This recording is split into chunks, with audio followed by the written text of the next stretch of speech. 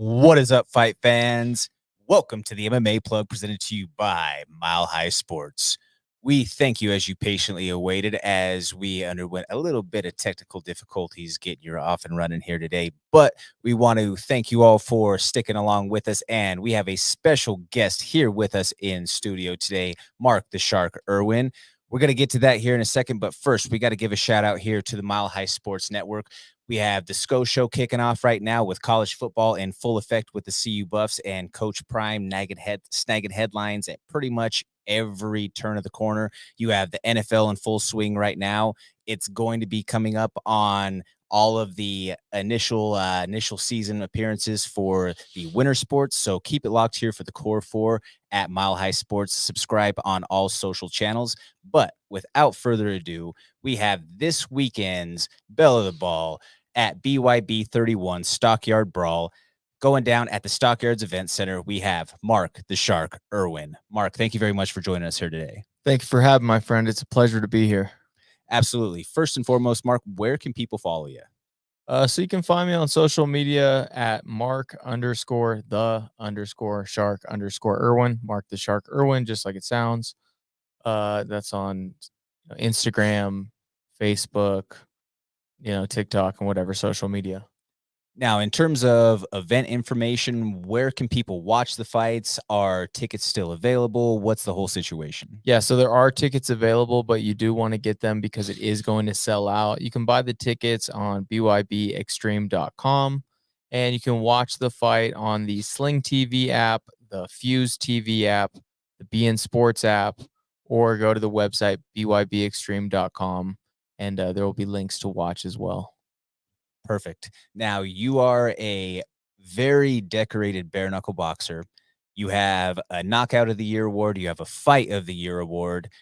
You are looking to reclaim your lightweight title. Talk to us a little bit about the matchup and, how is it going to feel to reclaim that throne? Yeah, it's one of the biggest fights to be made in bare knuckle boxing. It was the 2023 Fight of the Year award winner for BYB Extreme, also for the Hall of Fame as well. So it's going to be a huge fight and a big rematch. I'm really excited to get in there and get an opportunity to win my title back. Me and my team and a lot of other people feel like I did enough to get the decision in a close fight, but sometimes that's the way it goes. Sometimes you get the breaks and sometimes you don't. So, he won a close decision. Congrats to him. But we learned a lot in the first fight, and we're going to take the knowledge acquired and apply it in the rematch. And with a couple small adjustments, I think we'll finish the fight and get the belt back and new.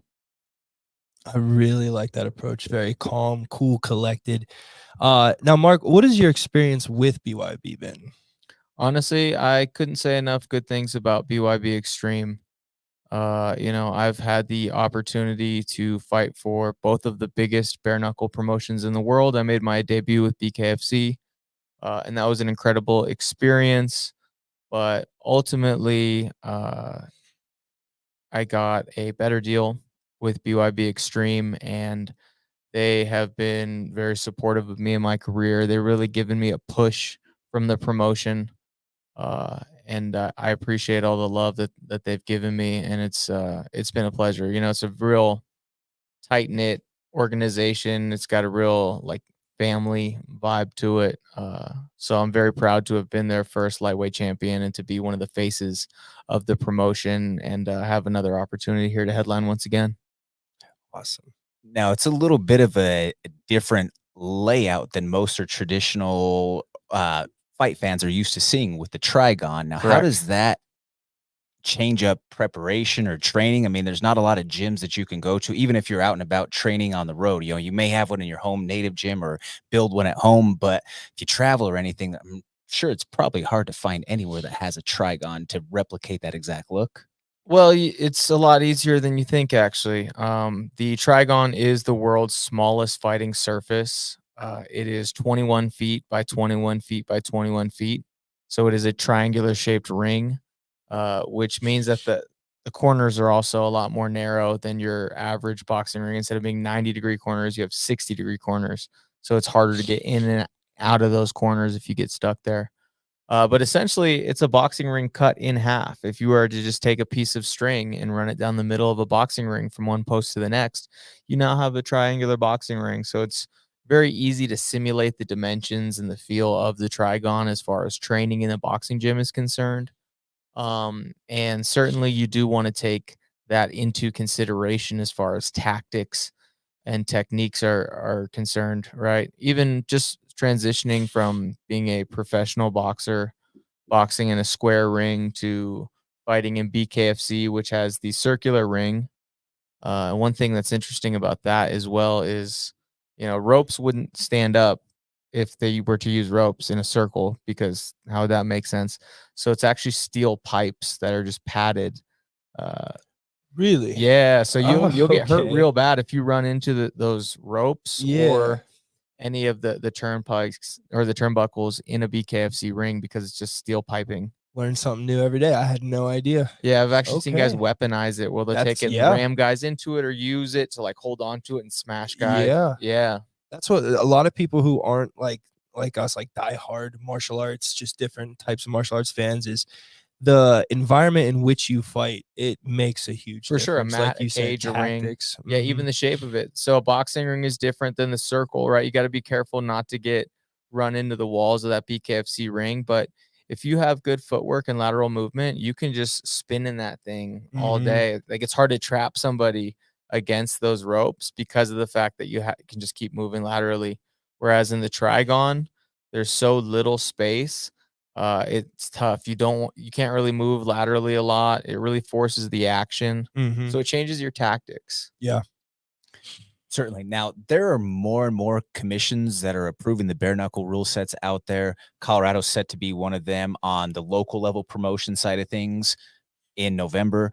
Where do you see this taking the growth of the sport as a whole in the next 5 years?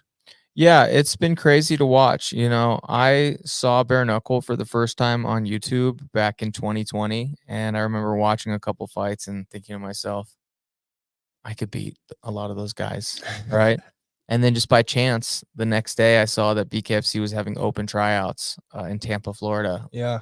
And so I bought a plane ticket and I flew out and I tried out and I ended up getting signed. And that was in January of 2021. Right.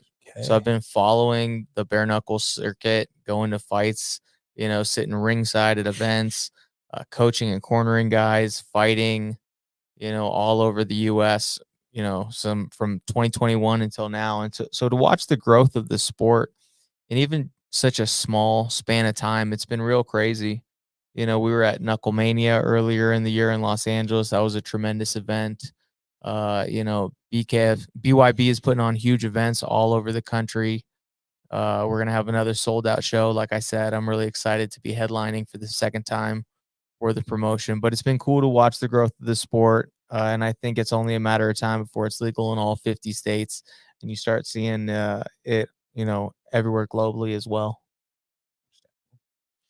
And I saw that you said that you saw bare knuckle boxing on YouTube in 2020.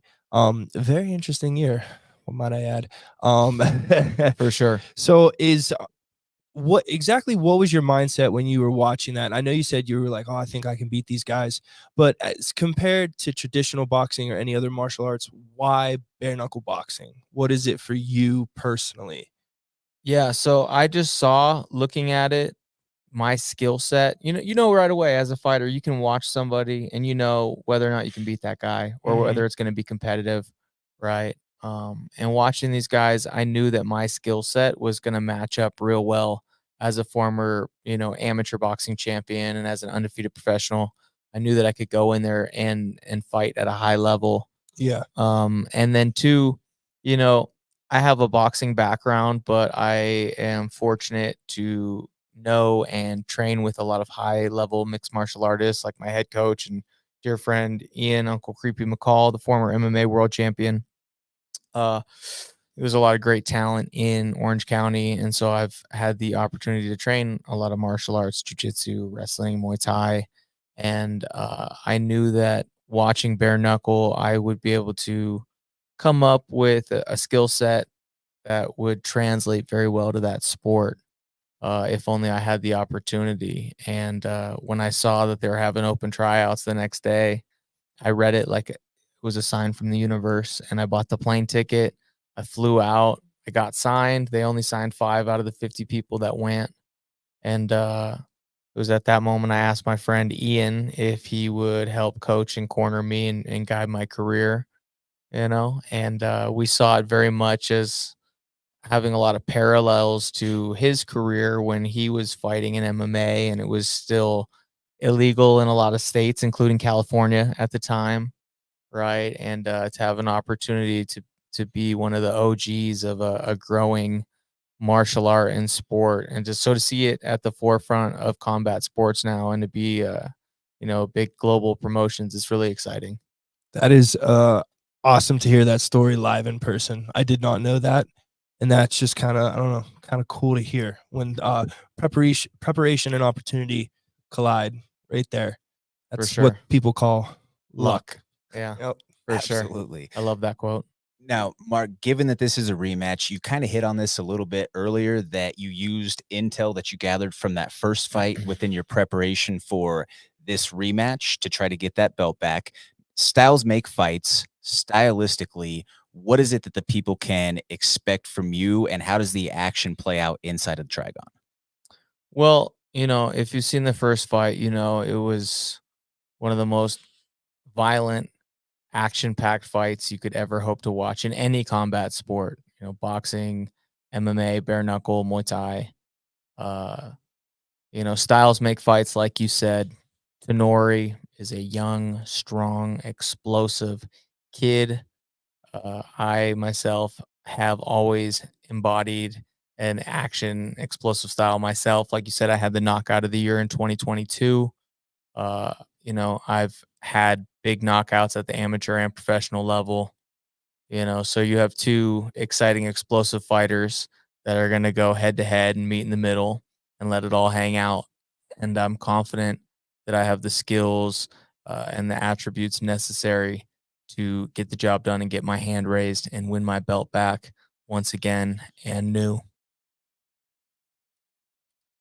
This is a question that I have that I find pretty interesting because of, I'm not saying that in MMA you still can damage your hands, but not nearly as much as bare knuckle boxing. What measures in training do you do to strengthen? And also, I want to know personally, to strengthen my hands, what do you do what are some measures that you take in training to strengthen your hands? That's a great question.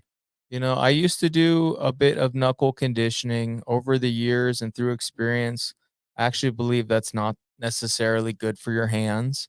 One thing that I work on a lot in training with my strength and conditioning coach, Corey Beasley, who's one of the best in the world. So shout out to Corey Beasley. We work on really strengthening my hands and my grip to put more muscle into my hands and my forearms, because muscle is like armor for the body. And so having stronger muscles will help create stronger bones and tendons and ligaments that will better absorb that contact. And fortunately, I've never broken my hand throughout my career, amateur, professional, or bare knuckle. That's sick. I have had, obviously your hands get extremely sore. Yeah. I've had really bad hand injuries as far as like swelling post fight. Usually takes at least 30 to 60 days for your hands to start to feel better after a fight. But yeah, that's one of the risks you run. People don't realize that gloves actually weren't invented to protect your face. And although they do, gloves were invented to protect your hands, which are your main weapon. Because if you think, back in the late 1800s, early 1900s, medical advances were not what they were today. So if you're a professional prize fighter and you break your hand, you're screwed. Yeah. You know what I mean? Your career is effectively over, or you're going to be seriously damaged and compromised moving forward because it's just not going to heal properly. So they decided to start wearing gloves, and that changed the sport forever and the course of combat sports history. That is an interesting fun fact that people don't really know about. Certainly. Now, from a tactics and a fighting tools perspective, Mark, How is training for a bare knuckle boxing fight different than a traditional boxing fight? We talked a little bit about this on the program a few weeks ago when Mike Perry fought Jake Paul, about how the difference in styles of Jake being able to throw those big overhands, which you're not really used to seeing as much on the bare knuckle side, just based on the risk, or maybe at the volume that Jake spams him, I guess you should say, because of the risk of potentially breaking the hands, hitting the top of the head, so on and so forth. Just what is the difference in terms of preparation there? Yeah, absolutely. Definitely taking the gloves off changes the entire dynamic of the fight, right? Your tactics and strategies are going to be a lot different because your hands aren't protected. And you're a lot more vulnerable to shots as well. So it does completely change the game, and it is important to make sure that your training is reflective of that different rule set. One of the big changes that I made when I transitioned from being a professional boxer to a professional bare knuckle fighter was that I almost completely stopped training with professional boxers and I started training almost exclusively with mixed martial artists and or other bare knuckle fighters because for one the rule set permits a lot more of the tactics that are used within mixed martial arts and boxers are not keen on those tactics being practiced on them in the gym as far as holding and hitting and clinching and fighting in that clinch and things like that. So I linked up with some high level MMA fighters, like I alluded to earlier. My coach, Ian McCall.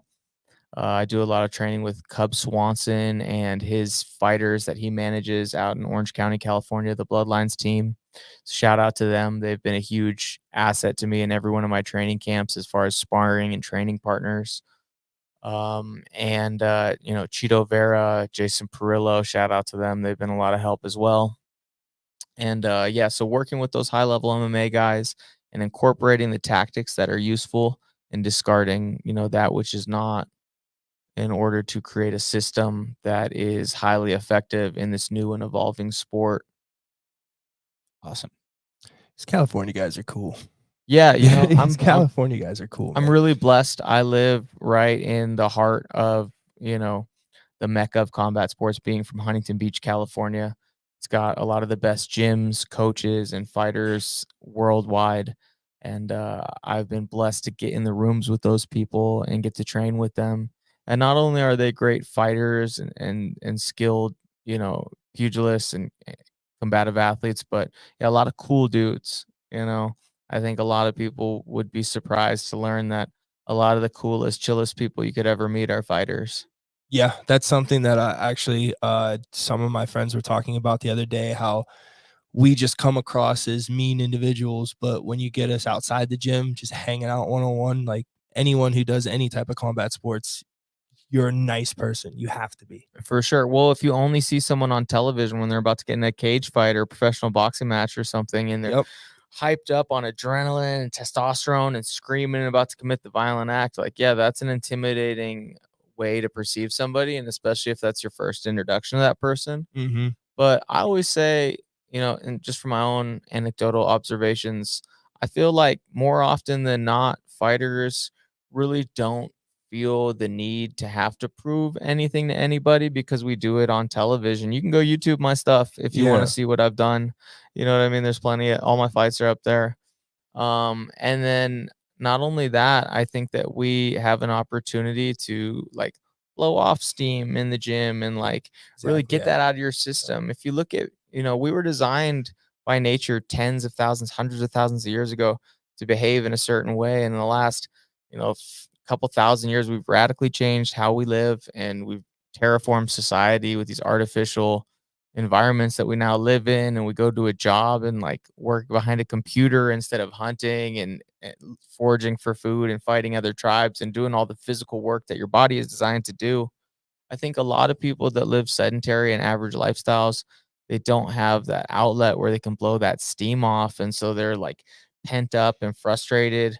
Whereas fighters, we're tired from training, bro. Exactly. You know what I mean? I don't have to prove nothing to nobody, No. and I'm sleepy, bro. Like Yep. I want to eat and take a nap. So yeah, converse to what a lot of people might think stereotypically, fighters more often than not. And there's exceptions because there's There's people that always suck gonna be, everywhere. yeah.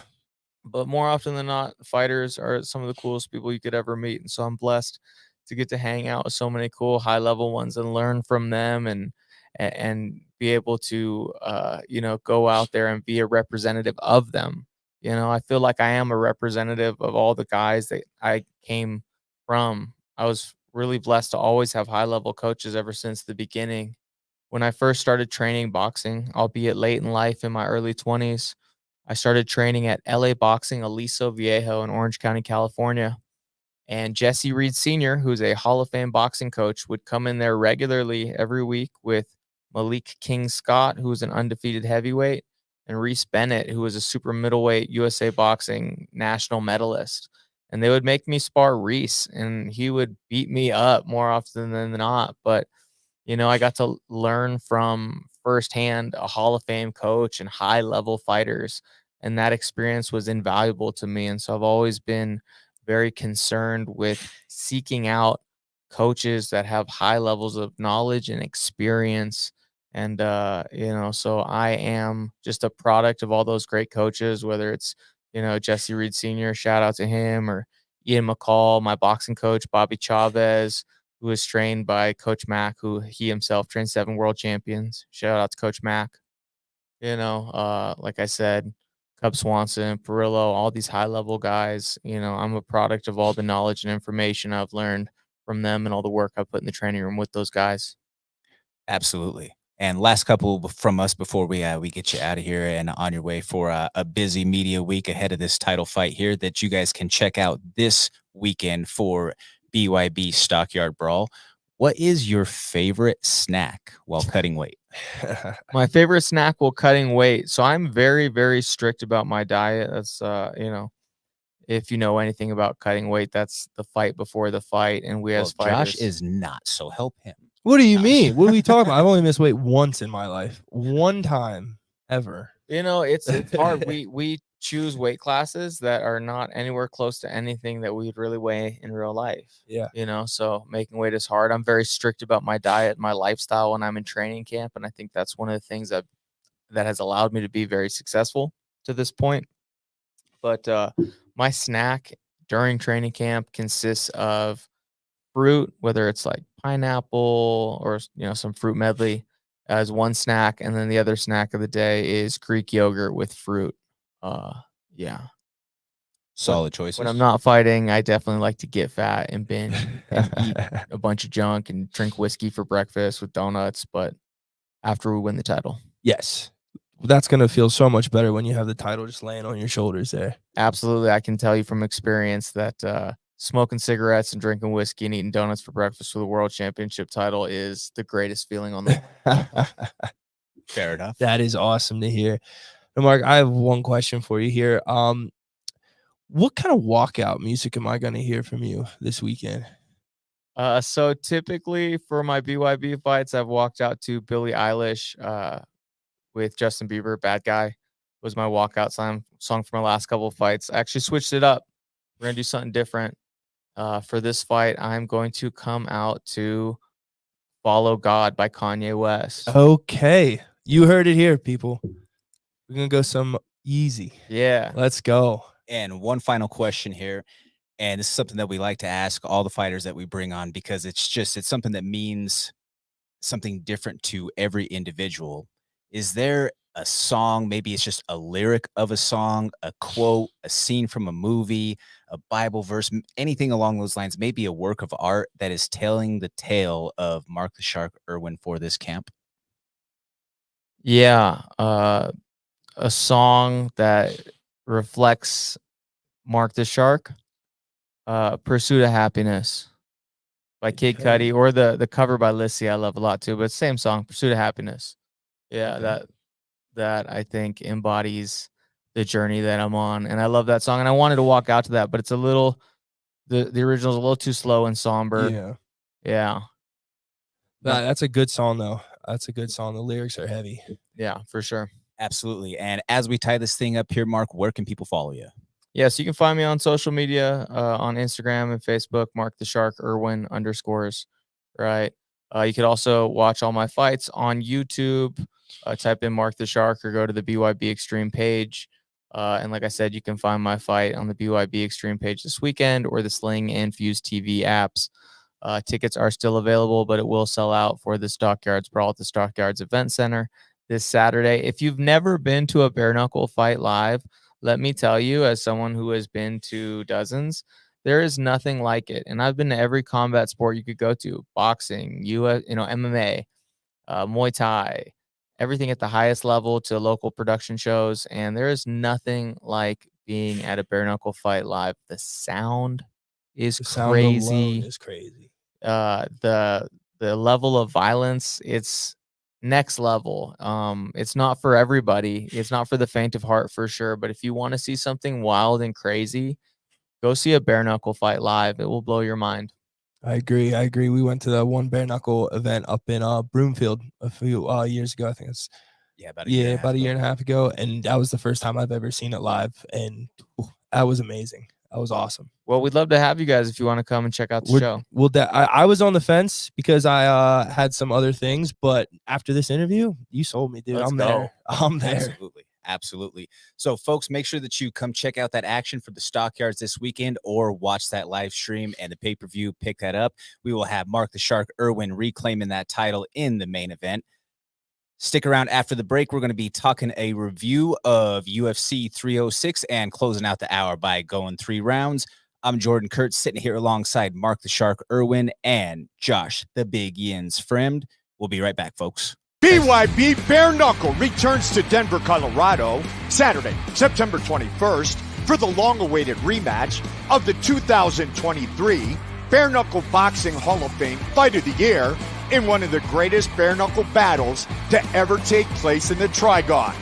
As former BYB lightweight champion, Mark the Shark Irwin looks to regain his title against the man who took it from him, Julio Tenori. Plus, BYB women's lightweight champion Patty Juarez looks to become BYB's first 2-division women's champion when she faces Courtney Cameron for the BYB super lightweight title. Don't miss these great matchups and much more. Visit BYBExtreme.com for tickets and information.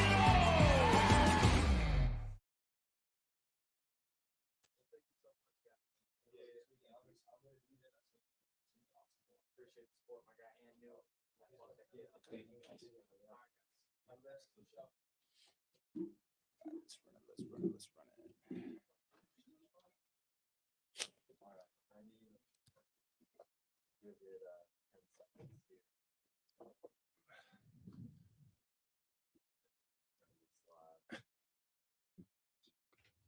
No, it's all good. Welcome back to the MMA Plug on 98.1 FM, Mile High Sports Radio, or as we are right now on YouTube. We were able to just chat with Mark the Shark Irwin, who is looking to reclaim his lightweight title in the BYB Extreme promotion. What an incredible interview, Josh. That was awesome. And that right there is the type of person that you want in your promotion, because he even said himself, he represents everyone behind him, everyone that's helped him on his way up, and currently the promotion he's with. That's a very good fighter's fighter. And like I just said right now, I had some options this weekend. I wasn't sure what I was doing. That right there sold me. That interview, I will be there. I will watch that fight. 100%. Now, speaking of shows, last weekend, the UFC put on a show that was absolutely the first of its kind, Josh. That was amazing. UFC 306, aka Noche UFC, presented by Riyadh Season Inside Sphere. What a spectacular display of art and entertainment combined with sport. Now, folks, if you watched from home and you're in the crowd of people out there bitching and moaning that the show under-delivered, what do you mean? Who's saying that? People on the interwebs, the good old toxic place of X, Twitter, whatever you want to call it. Idiots. Yes, and you losers are exactly why we can't have nice things. Was it a flawless production? No. But was it incredible nonetheless? Abso-freaking-lutely. I mean, besides the one thing, I thought it was pretty flawless. Yeah, pretty good all the way around. But again, if you're judging it from home and saying that you didn't like it, especially if your complaint was that it wasn't much different than any other cards, listen, jabroni, What are we saying? you can't expect an IMAX theater type of experience in your living room. That's you placing an unrealistic expectation on the product. There is a reason why the cost to you as the consumer at home for the pay-per-view was the same $79.99 as it is on the rest of the cards. All the bells and whistles were not made for you. You were lucky enough, we at home were lucky enough to get just a small taste of what that magical event was from home. I mean, yeah, if you're at home and you're broke and you don't have a nice TV, you don't have a surround sound, you don't really understand. Now, I get it. Most of that, the graphics and everything in the Sphere with the haptic feedback and everything was for the people in attendance. But Jordan, the way that this transitioned through TV, I could not stop looking at my TV. Now, granted, that's a different thing, but it's an amazing experience. I was about to go off the rails on some conspiracy stuff. You and Rogan both? Yeah. Oh, yes. Rogan and I were on the same wavelength, I feel. But it was a great event, something that no one has ever seen. And honestly, I hope we see it again for maybe a different Independence Day, you think? Maybe one that's a little more close to home? I would imagine that International Fight Week would potentially be the next venture if they were to do it, just because it encapsulates such a broad spectrum of the fight world. But I totally agree. And, I think it all depends on the money situation, right? Yes, because how much they said it costs to do all that. If Riyadh is continuing to be in the mix, then yeah, I totally anticipate that there will be more shows going on from inside Sphere. And it's totally understandable as to why. Like, just seeing some of the graphics and the images shared from the storytelling from people sitting in the crowd, like, we truly did not get to have the full we experience. Couldn't know. Yeah, we can't could get only get a little full- percentage of it, like a Exactly. tiny. And we've both got friends who are all over the place. Yeah. We've talked to folks who were there. My friends in the media who were there covering it said that it was an event and an experience unlike anything that they've ever been to in their life. And that's covering event after event all across the board. So, Yeah. like I say, that's something that I feel like it was a special first of its kind. I won't say one of a kind because I believe that There's going but to it will be more. the first of its kind. Yes, there type of has to event. be. And it's not just going to be the Sphere. It's going to be that right there just changed how live sports is done. That's going to be a catalyst for the future. And I know that I'm going to harp on this one more time. And this is no disrespect to Noche UFC. It's no disrespect to the Mexican culture that played such a pivotal role in martial arts and boxing and everything. But can you imagine what it would be like for the July 4th American Independence Day in the Sphere? Think of all the great American champions that we've had or we continue to have. Think about where this does July 4th fall? That's International Fight Week. Exactly. I get it. Maybe you're saying international, make an American themed Okay, Independence I Day. understand what you're saying. I think that right there would just be, I wouldn't say it would be better nor worse, but it would be on the same level of awesomeness that we saw this past weekend. Congrats to the UFC. I was jealous. Congrats to every single fighter that was able to attend or compete on that. Just watching the walkouts alone, the fighters must have felt just amazing. Oh, yeah. And that's also something that's worth noting, though, Josh, in that when Sean O'Malley walked out for that main event, it almost looked like he was kind of like starstruck by the moment. It was a lot. So you wonder how much, especially with him being in the main event and in the championship That's the guy. That being the guy, he gets there a little bit later on. Yeah. He doesn't have the same benefit as some of the undercard fighters of being there early in the venue to go go get your feet on the canvas. Go make the walk, do a mock walk that day of, all of those sorts of things. Get a smell for the air, a feel for the fence, just all the little details. You don't really get that when you're fighting at the top of the bill. But when you're in an arena show, I feel like once you made it to his position, you've had experience in that element before. Yeah. But Sphere being the first of its kind was an experience unlike any other.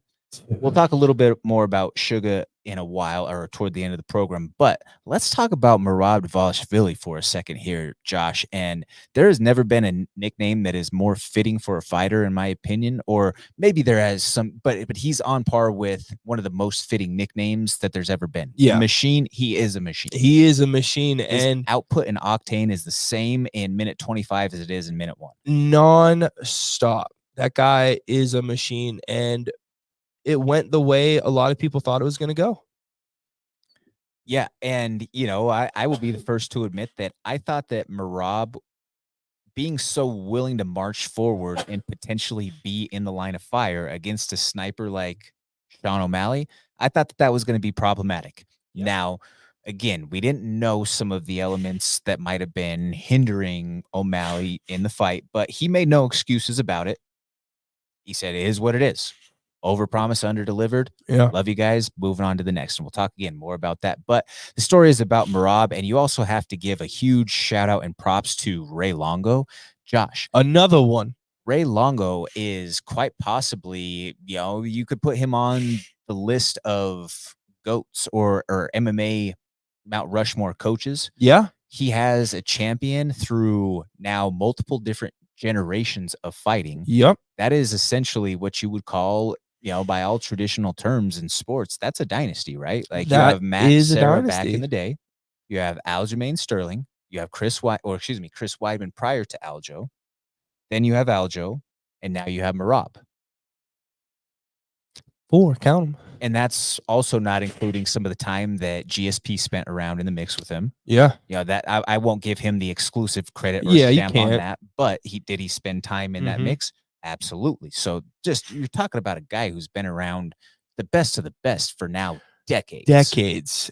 And truly one of the good guys in the coaching world out there. I remember when I was in college for spring break, all I wanted to do was go to New York and train at Sarah Longo, and I got the opportunity to go out there and train, and I got to talk to him, and he's just a down-to-earth guy, he's a New Yorker. I mean, it's bro, my family's they caught from him in between rounds with, look at him, go march through that mother. Yep. And it was just that is Ray Longo to a T, and I get amped from hearing that. It's just like that's just he kind of in its own way. It's like your bro science guy, but he gets you pumped up. Or that's the bro science guy who knows how to get you to squat 500 pounds type, like, you just go into there and just pick it up. You just do hard stuff. You just go, just keep on going and just keep on going. But you have to give all the props and the recognition in the world to Ray Longo for being able to stand the test of time. In the co-main event, the Bullet reclaims the throne. The main and the co-main weren't the most exciting fights overall, Josh, but for Valentina, I understand the decision on her part, or the business decision, if you will, to go out there and do what she needed to do to win, because championship money and challenger money, is a big difference. And winning's winning at the end of the day. I mean, she did what she had to do to win. And guess what? Guess who was in the back dancing with Merab? Valentina. Guess who wasn't? Grasso. And it sucks because there's always going to be a winner. There's always going to be a loser. And you can sit and you can complain about it. Trust me, I know, I have. But at the end of the day, it is what it is. Absolutely. And it's the immediate effect of thrill and agony as Diego Lopez made the quick turnaround, cleared medicals, goes out and corners Grasso. But just prior to that, in the feature fight, he goes out there and puts on a performance against Brian Ortega, now cements himself as a top 3 fighter in that 145-pound featherweight division. Diego Lopez is for real. Can I ask you a question? And it's probably not, and I want you as a MMA diehard to just understand where this is coming from. Take away the hype. take away the hype, not Diego, take away the hype of Conor McGregor when Conor McGregor entered the UFC and his run. And now compare it, take away the hype, no names, just faces and body of work of what they've done coming into the UFC. I might be recency bias, but I think Diego Lopez has had the coolest immediate effect on the UFC right now. I will see you and I will raise you. Chama. Okay, yes, that's different. That's way different. He was a champion. He was already a legend in kickboxing. Yes, I agree with what you're saying. Chama.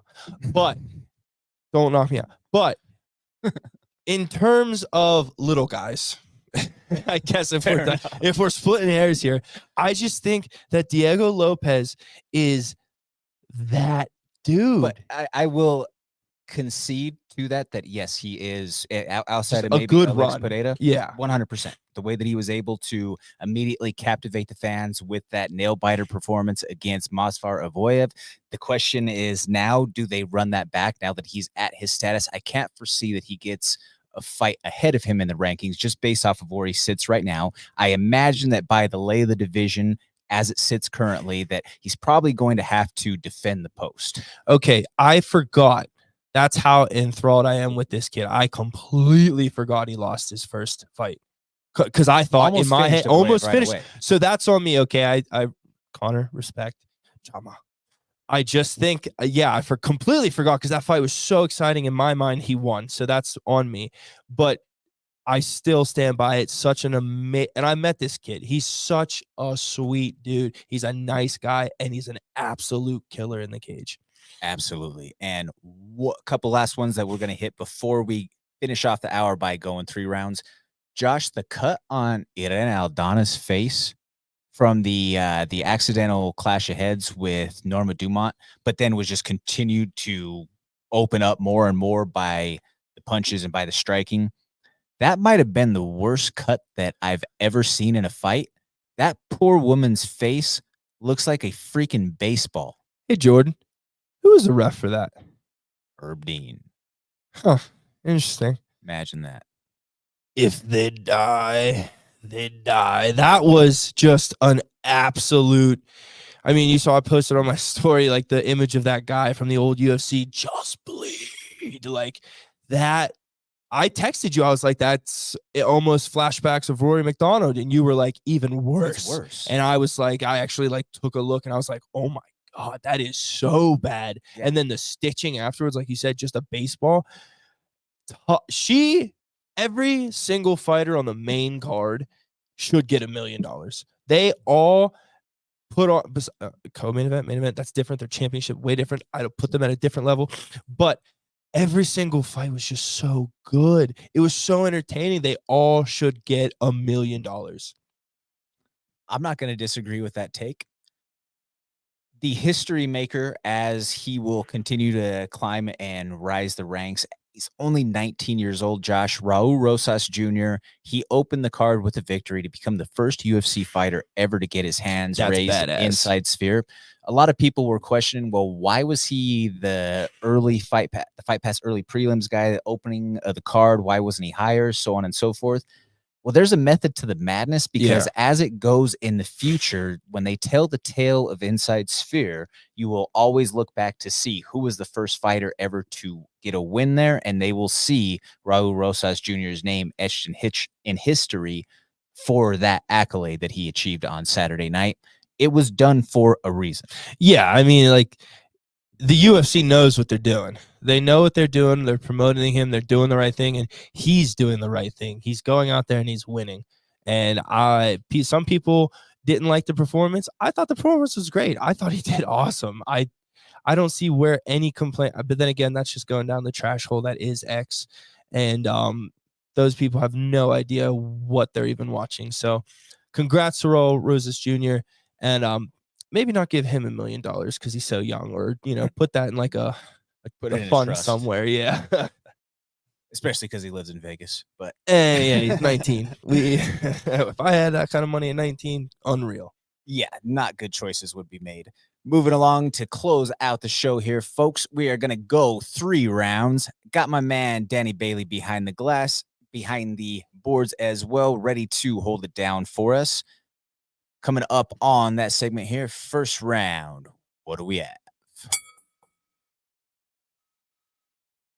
All right. Former UFC bantamweight Sean O'Malley is scheduled to undergo hip surgery to repair a torn labrum. Didn't even realize you had those in your hips, but I guess it's a shoulder and a hip thing. Does this change your opinion on his performance?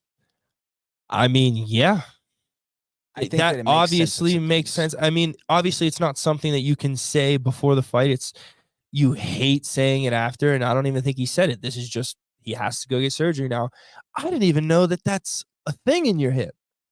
Yeah, it's, That's wild. It's actually what Brooklyn had surgery on, but Really? same, same, but different. Obviously, different, sports and everything. But it was something that is going to significantly impact mobility, and some of the things that Sugar does well. Yeah. So, but he never made an excuse about it. I was wondering man. throughout fight He week, looked- he looked like he was carrying nervous energy, but I thought maybe it was just based on Marab being Marab. Yeah. Now, as we know, there were some things obviously going on more behind it, but his official statements were that, hey, I'm not making any excuses. I overpromised, underdelivered. I'll be back. Yeah. And he mentioned that, yeah, I did tear this left labrum about 10 weeks out from the fight, but it is what it is. Still stuck through with everything, and he beat me that night. And I'm he not went gonna make the all excuse. 5 rounds. And he went all 5 rounds. So props to him. tough dude. He thugged it out and made it through the fight. Took the risk. A lot of guys would have maybe potentially said, Pull you it know out. what? I'm going to pull out and I'm going to hold on to my championship belt for as long as I can. And, I'm going to go through with this surgery and go through the whole potential next year of recovery. And then we'll go from there. Yeah. I have to give respect to Sean O'Malley for saying, no, I'm going to continue forward, and where the chips fall, they fall. Life is a risk, Carno. Well said. Newly crowned women's UFC flyweight champion Valentina Shevchenko blasted ESPN for the pre-fight coverage for being biased towards Alexa Grasso. Fair or foul? Both fair and foul, but more on the foul side. First and foremost, hey, Valentina, I love you. You're the consensus GOAT at 125 pounds in the women's ranks. However, that is the champion. Even though the last fight was a draw, she still holds that title technically as the sitting champion going into the contest. She is the first women's Mexican champion in UFC history. This was an event celebrating Mexican Independence Day. Yes, it is absolutely understandable why a lot of the focus was on her.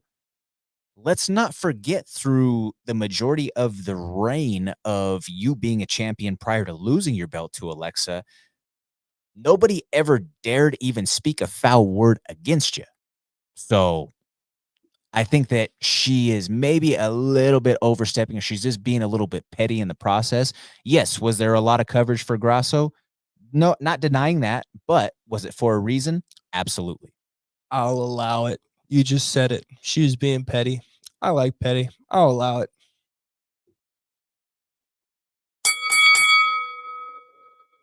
Dana White dropped the nuke with Barstool Sports that Michael Chandler has moved on from Conor McGregor and will rematch Charles Oliveira in November at Madison Square Garden. Good call by Chandler? I think at this point, yes, it's a good call for Michael Chandler to move on. Despite Conor going on his rant saying, oh, give me a date, all of this and that. That is different from the actual antics and the behaviors that we've seen documented by Conor McGregor.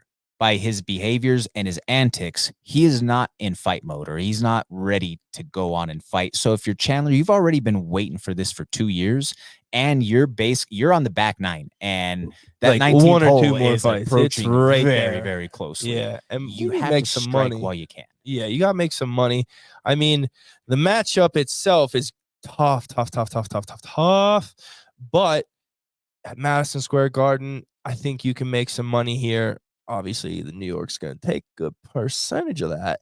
But I think it's good for him to move on from Conor because, yeah, I don't I don't foresee us seeing Conor in the cage ever again. Which, why should he? There's no reason to. Yeah, I mean, we already spoke to that at one point. The fat lady's singing on that career at this stage. Real quick before we head off, folks, just want to give a shout out to a couple of our friends of the program who will be fighting tonight on Dana White's Contender Series. You have Elijah Swift-Smith of Victory MMA down in Colorado Springs. He'll be taking center stage in the main event against City Kickboxing's Aaron Tao. Now, Elijah Swift-Smith was both the amateur as well as the professional champion for our promotion at Colorado Combat Club. Then you also have Mr. Alaska, Ben Bennett of Forge Fight Club. He's fresh off of victory in the LFA last June. That was at Magnus Arena here in Denver. And he gets the opportunity to have a life-changing opportunity to earn the UFC contract tonight as he takes on Joey Hart. So best of luck to both of you gentlemen. Thank you for always supporting and rocking along with us here at the program. Josh, any final parting thoughts? Let's go, Elijah. Let's go, Elijah. Very well said right there. We want to thank our guests of the week, Mark the Shark Irwin. Thank you very much, Danny Bailey, for making sure that we had everything in line for the program here and getting things running today. We want to thank all of you so much for tuning in with us and rocking for this original combat sports programming each and every week.